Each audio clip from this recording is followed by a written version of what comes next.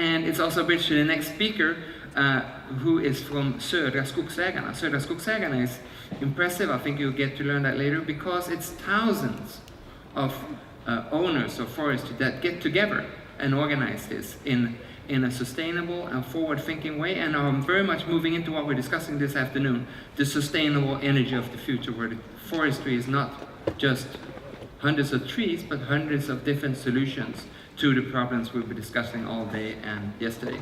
And I would love for you to give a warm hand to Gustav Tibblin from Södra Skogsägarna.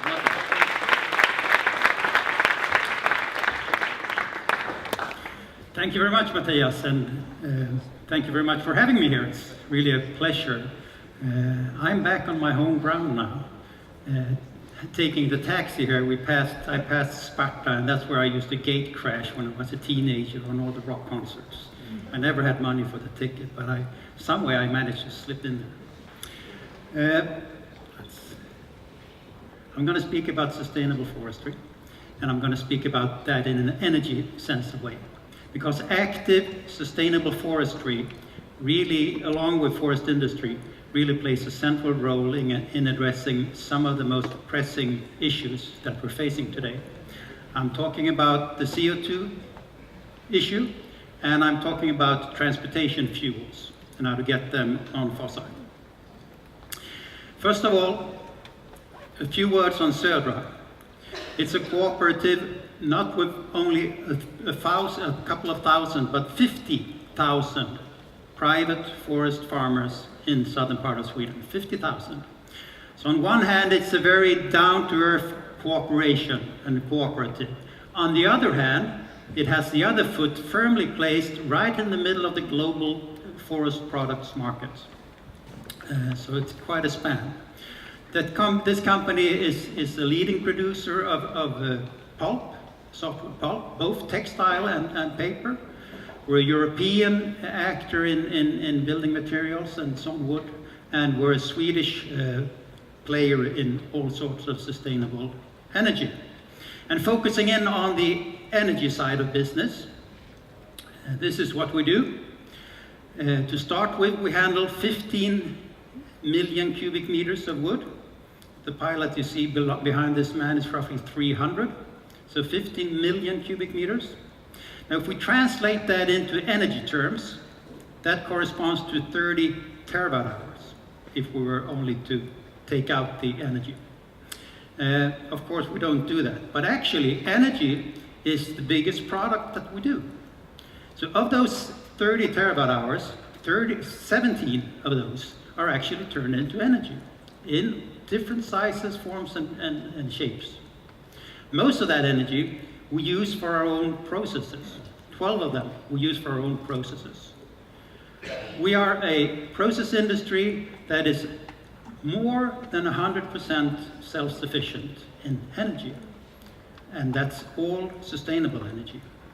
The balance, 5, is sold externally, and that is heat, that is fuels for the central heat and power plants, it's fuels, it's diesel, it's steam, and many others. Looking at forestry in Sweden, which is the biggest natural resource that we've got to work with, how did we end up here?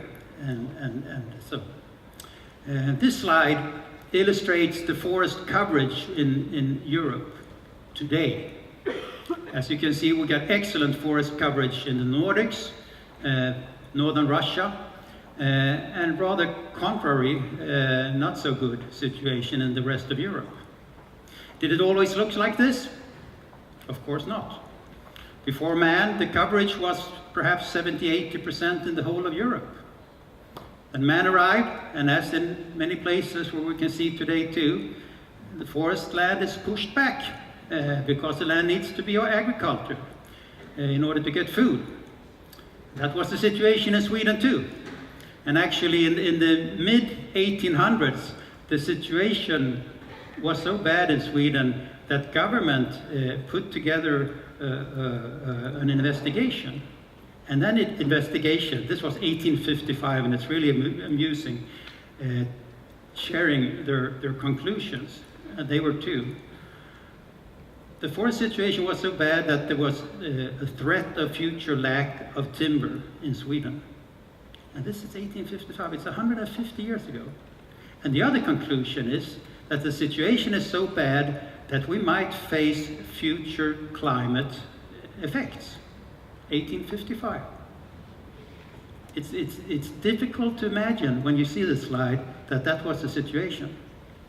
But imagine the color of Central Europe and transfer that into Sweden. That's roughly what it looked like, and it's only 165 years ago. Anyway, there was a law enforced where you needed, the forest owner it's mandatory to replace, if you cut down a tree, you have to plant 3 new ones, which has created this fantastic situation that we have today, contrary to the rest of Europe. The Nordics are the good example here, and it's sustainable. Okay, let's look into the CO2 issue. This is one picture of 1 ton of CO2, the balloon, not the gentleman. This is another picture of 1 ton of CO2. A normal-sized brown Norwegian spruce. The carbon content of that compares to 1 ton of CO2. That's what it's finding, that's what it's holding.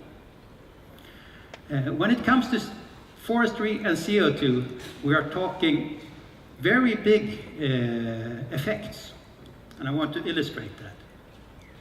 Of course, you all know that as the forests grow, their feedstock is carbon dioxide. So we like being a forester, we love CO2. We need that to build trees, right?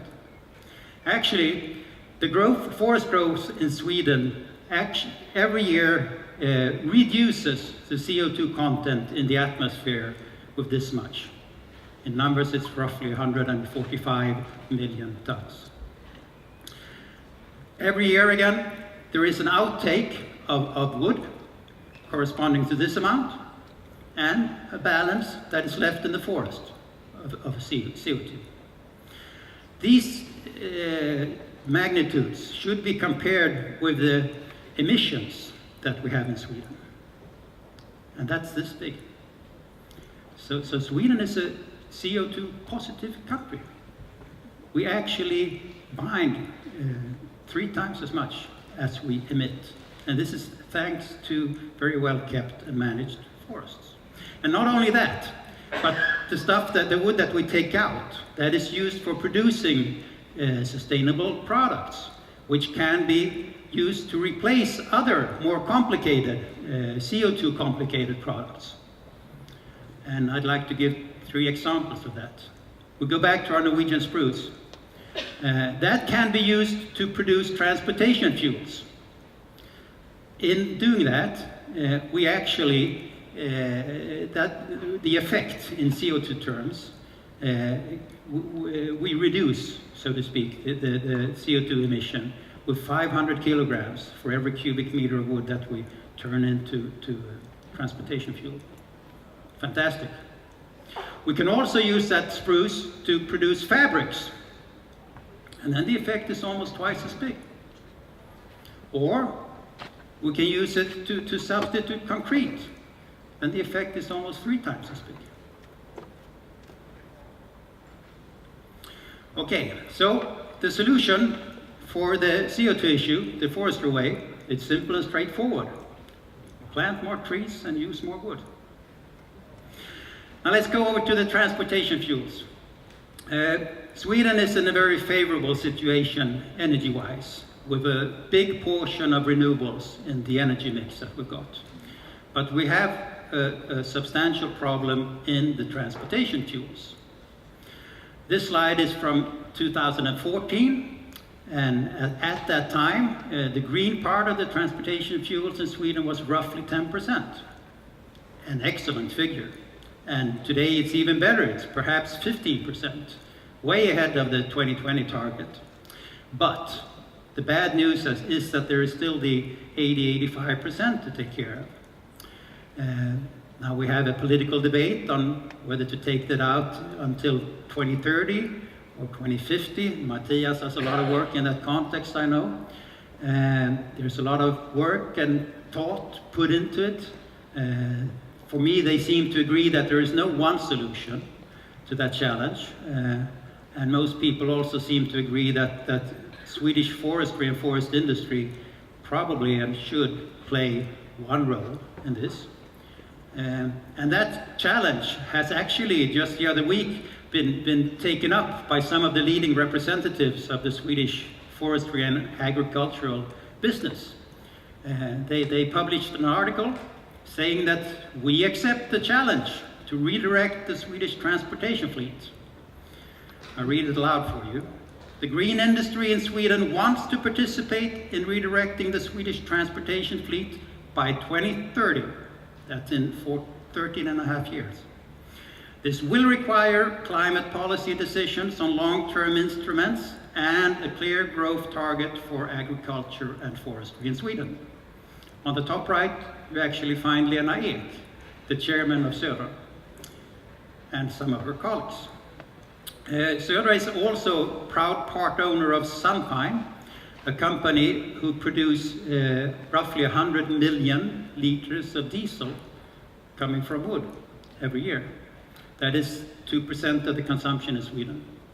It's not a giant lot, but it's a lot, still. So, to summarize, and to say a few words about the challenges that we see ahead of us, I'd like to start off with these two young women planters. They are croppers, they are cultivators, and they are not extractors. They're part of a sustainable industry that produces sustainable materials and sustainable energy. And in the process of their work, they're actually helping out a lot on the CO2 issue.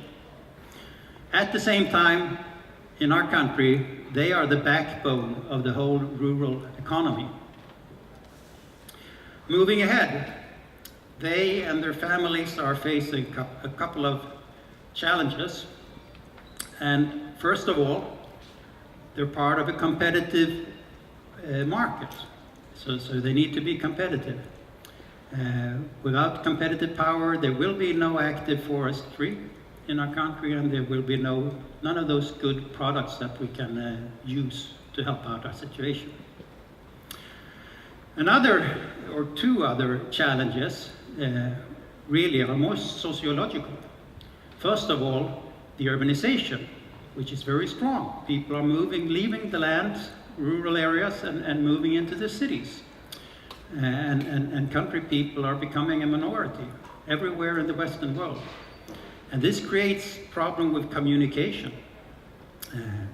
For the city people who are in the majority to understand what it takes to live on and off the land, and of course for this family to understand the strange values of city people. And in relation to that, they are slightly worried about private ownership of land and their control of their land. Because it takes somewhere between 50 and 100 years for a tree to grow up and mature to be harvested. And this grandfather and grandmother, there's no way that they are going to go out in the cold, rainy days and plant trees if they don't feel that they are in control of their land, and if they doubt that their children or grandchildren will be the ones that will be able to harvest. Lastly, and now going back to the transportation fuels issue and moving ahead, I'd like to say that this three-generation family, they would really love to be part of the transition of transportation fuels and replacing the oils of today with products from their forests. They would like to help out on that, but there needs to be policies in place that are reliable, because there is no way that they are going to take on all the risks in the process of doing that on their own. Thank you very much.